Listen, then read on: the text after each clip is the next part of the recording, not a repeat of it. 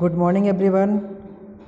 I am Shivan sir, your English teacher, and I hope you all will be fine, and you all will be also studying properly at your home. And as you know that we had discussed chapter number first, the last lesson earlier, in two parts, and today we will discuss part 3, or we can say the remaining part of this chapter we will finish. And you know, in the last lesson we are studying here about the Franz, a little child, and this is the day when France's two districts, Alsace and Lorraine, was defeated by Germany or by Prussian. And today is the last lesson of the French language, which Mr. Hamel was teaching to students and villagers, and everyone is very determined today to learn to study this chapter, because after this day they will study only German language. So they are very curious and they are very determined, dedicated and devoted for their study. So let us continue. After the grammar, we had a lesson in writing. That day Mr. Hamel had new copies for us, written in a beautiful round hand, France, Alsace, France, Alsace. जैसे ही grammar का section पूरा होता है, after the grammar we had a lesson in writing, वैसे ही उनको writing वाली copy में कुछ चीज़ें लिखनी थी. किसको लिखनी थी? फ्रांस को, उनके साथ वाले स्टूडेंट्स को. और मिस्टर हैमेल जो है उनको पढ़ा रहे थे लास्ट लेसन फ्रेंच लैंग्वेज का. और अब जो है यहाँ पर पूरी तरह से फ्रेंच ख़त्म होने वाली थी लैंग्वेज, और उनको अब जर्मन लैंग्वेज पढ़नी थी. तो आज लास्ट डे था, ग्रामर का सेक्शन हो चुका था, अब राइटिंग का सेक्शन होना था. That day mister Hamel had new copies. उस दिन मिस्टर हैमेल के पास नई कॉपीज़ थी. फॉर अस, किसके लिए? फ्रांस और उनके फ्रेंड्स के लिए. Written in a beautiful round and hand. और उस ब्यूटीफुल कॉपी में राउंड में लिखा था फ्रांस अल्सास, फ्रांस अल्सास. मतलब फ्रांस के जो डिस्ट्रिक्ट थे अल्सास, उसके बारे में बड़े अच्छे से उसमें कोट किया गया था. They looked like little flags. वे एकदम जो लिटिल फ्लैग्स थे फ्रांस के, उसके जैसे दिख रही थी कॉपी में images. Floating everywhere in the school room. ऐसा लग रहा था पूरे स्कूल के रूम में फ्लोटिंग कर रहा है फ्रांस का जो फ्लैग है. Hung from the rod at the top of our desk. और वो लटका हुआ था हमारे डेस्क के टॉप वाले रॉड एरिया में.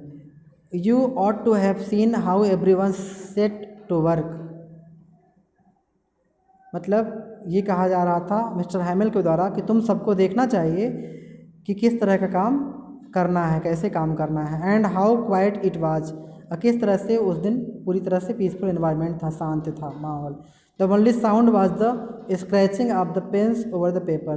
सिर्फ एक ही वॉइस आ रही थी, और वो वॉइस थी पेन की, जो पेपर पर चीज़ें को स्क्रैच किया जा रहा था, लिखा जा रहा था. ऐसा पिन ड्रॉप साइलेंस वहाँ पर क्लास में था. वंस सम बीटल्स फ्लेव इन. एक समय क्या होता है वहाँ पे, थोड़ा सा हल्ला होता है, but nobody paid any attention to them. थोड़ा सा जो है वो एक क्या कहते हैं आपका, बीटल्स की आवाज़ आती है. बीटल्स मतलब वही आपके जो छोटे छोटे जीव होते हैं, यहाँ क्रिकेट के लिए, झींगुर के लिए यूज़ किया गया है. वहाँ पे थोड़ा उड़ रहा था, उसी की साउंड वहाँ पे सुनाई पड़ी, लेकिन कोई भी वहाँ से उठा नहीं, ना ही कोई अपने अटेंशन को यहाँ से वहाँ किया. सब कोई सेंटर्ड थे, फुली कंसंट्रेटेड थे. But nobody paid any attention to them. किसी ने उस बीटल्स के साउंड पर ध्यान नहीं दिया. Not even the littlest ones. यहाँ तक कि जो छोटे छोटे लोग वहाँ पर थे अवेलेबल, वो लोग भी वहाँ पर अपने कंसंट्रेशन को कंटिन्यू रखे हुए थे. Who worked right on tracking their fish hooks as if that was French. To on the roof of the pigeons cooed very low and thought to myself, will they make them sing in German even the pigeons. मतलब वहाँ पर पूरी तरह से environment शांत था ही, और ऐसा लग रहा था कि जो फिश हैं आसपास के एरिया में वो भी फ्रेंच लैंग्वेज को सीख रही हैं, फ्रेंच को पूरी तरह से अपने मन में बैठा रही हैं आज के दिन में। और जो रूफ पर पिजन्स हैं वो भी कू की आवाज़ निकाल रहे हैं, लेकिन उनकी जो कू की वॉइस है वो बहुत ही लो है। And thought to myself, और उसी समय फ्रांस को ये लगता है कि आज स्थितियाँ बड़ी ख़राब हैं और German will they make them sing in German, क्या पिजन भी आज जर्मन लैंग्वेज को सीखने के लिए प्रयास में लगे हुए हैं, या क्या वो भी जर्मन अब सीखेंगे, क्या उनको भी अब जर्मन लैंग्वेज सीखना पड़ेगा, ऐसा फ्रांस सोचता है। When ever I looked up from my writing I saw mister Hamel sitting motionless. जब फ्रांस लिख रहा था अपनी कॉपी में, राइटिंग सेक्शन में वाली कॉपी में, उसी समय वो देखता है कि मिस्टर हैमेल एकदम मोशनलेस सिचुएशन में अपने चेयर पर बैठे हुए थे, gazing first at one thing, और एक चीज़ को गेजिंग कर रहे थे, निहार रहे थे, देख रहे थे। देन अनदर, मतलब एक करके एक एक चीज़ों को देख रहे थे। आज उनके चेहरे पर एक अलग ही साइलेंस था। ऐसा साइलेंस क्यों था? क्योंकि लास्ट लेसन था फ्रेंच लैंग्वेज का, वो फ्रेंच लैंग्वेज के टीचर थे। आज के बाद उनको फ्रेंच लैंग्वेज पढ़ाना नहीं था, अब यहाँ पर जर्मन लैंग्वेज को लोगों को पढ़ना था, और इसलिए वो बहुत मिस कर रहे थे अपने अब तक के पढ़ाए हुए चैप्टर्स को या अब तक के इन्वायरमेंट को, और आज वो पूरी तरह से एकदम क्वाइट अपने आप को रखे हुए थे। As if he wanted to fix in his mind, मानो ऐसा लगता था कि अपने माइंड में वो कुछ एक ही चीज़ फिक्स करना चाहते हैं। Just how everything looked in that little school room, इस स्कूल रूम में छोटी छोटी चीज़ें कौन कौन सी हैं, मतलब वो गेजिंग कर रहे थे, निहार रहे थे स्कूल रूम में जितनी भी चीज़ें थीं, एक एक करके सबको देख रहे थे, क्योंकि अब उनको इस तरह का एनवायरनमेंट देखने को मिलने वाला नहीं था। Fancy for 40 years he had been there in the same place, क्योंकि ये इमेजिनेशन की बात है। फैंसी का मतलब बेटा होता है इमेजिन, कल्पना। लगभग 40 साल ऐसा हो गया था जब एक स्थान पर वो अपना काम करते आ रहे थे। With his garden outside the window, अपने गार्डन्स में अपने विंडो की तरफ देखते हुए, and his class in front of him, मतलब उनका जो गार्डन था वो विंडो से दिखाई पड़ता था। 40 साल से उनका यही सिलसिला चलता आ रहा था, लेकिन आज ये ब्रेक होने जा रहा था। Just like that only the desk and benches had been worn smooth, सिर्फ जो है डेस्क और बेंचेज वही स्मूथ पड़ी हुई थी। The walnut trees in the garden were taller, और जो वालनट के ट्री थे गार्डन में वो बड़े हो गए थे।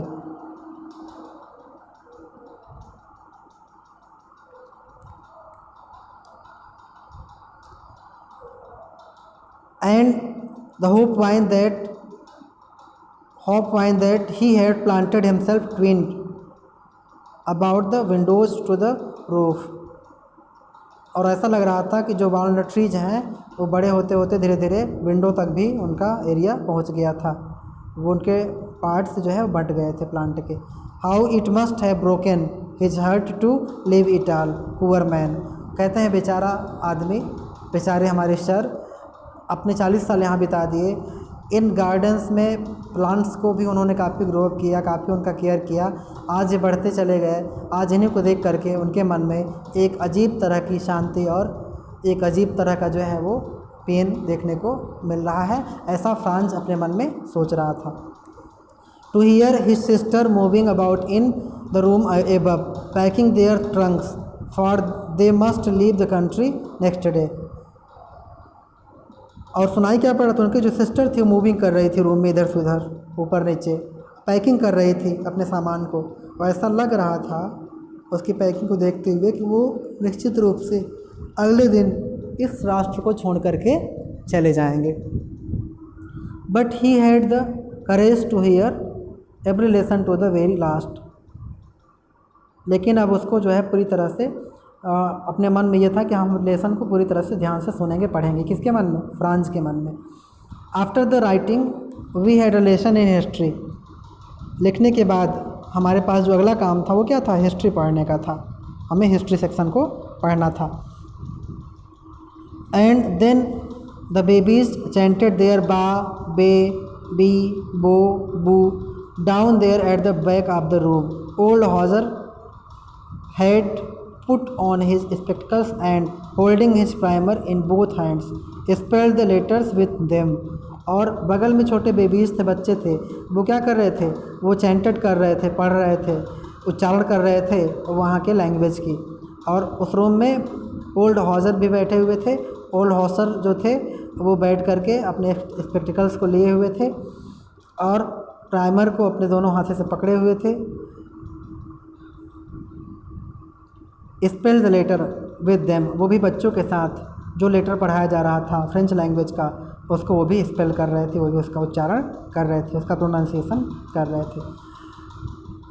You could see that he too was crying, आप देख सकते थे कि वो खुद रो रहे थे। मतलब मिस्टर हॉसर भी रो रहे थे क्योंकि उनको भी अब अल्सास में रहते हुए इतने साल हो गए थे, लेकिन अब ये अल्सास जर्मनी का होने जा रहा था पूरी तरह से। His voice trembled with emotion, उनकी वॉइस जो है वो काँप रही थी इमोशन की वजह से। पढ़ भी रहे थे लेकिन उनकी वॉइस से एक अलग तरह की टोन निकल के आ रहे थे जो कि पेनफुल थे, जो कि sorrowful थे। And it was so funny to hear him that we all wanted to laugh at cry. How will I remember it that last lesson. और वो कहता है कि आज हम लोगों को बहुत फनी माहौल लगेगा सुन करके कि we all wanted to laugh and cry, हम बहुत अधिक हंसना चाहते हैं और रोना भी चाहते हैं। क्यों? क्योंकि आज के बाद हम इसको सिर्फ रिमेंबर करेंगे लास्ट लेसन को, इसको दोबारा हमें पढ़ने को नहीं मिलेगा क्योंकि फ्रेंच लैंग्वेज थी, अब उनको फ्रेंच पर लैंग्वेज पढ़ने का मौका नहीं मिलता। All at once the church clock struck 12, तभी अचानक से चर्च की क्लॉक में 12 बज जाते हैं। Then the angelus at the same moment the trumpets of the Prussians returning from drill sounded under our window, तभी वहाँ पर जितने भी क्या कहते हैं प्रसियन आर्मी थी वो रिटर्न हो रही थी अपने ड्रिल से, अपने युद्धाभ्यास से, और विंडो से उनके आने जाने की आवाज़ सुनाई पड़ रही थी। मिस्टर हैमल स्टूड अप, वो खड़े हो गए। वेरी पेल, अब बहुत पेल पोजीशन में थे। पेल इन द सेंस बहुत ही फेडेड थे, दुखी थे, परेशान थे। In his chair I never saw him look so tall, मतलब इस तरह की टॉल का मतलब यहाँ पे है इस तरह के डिसअपॉइंटमेंट में, इतना ज़्यादा निराश अवस्था में हमने कभी भी मिस्टर हैमल को देखा नहीं था जितना कि हम आज उनको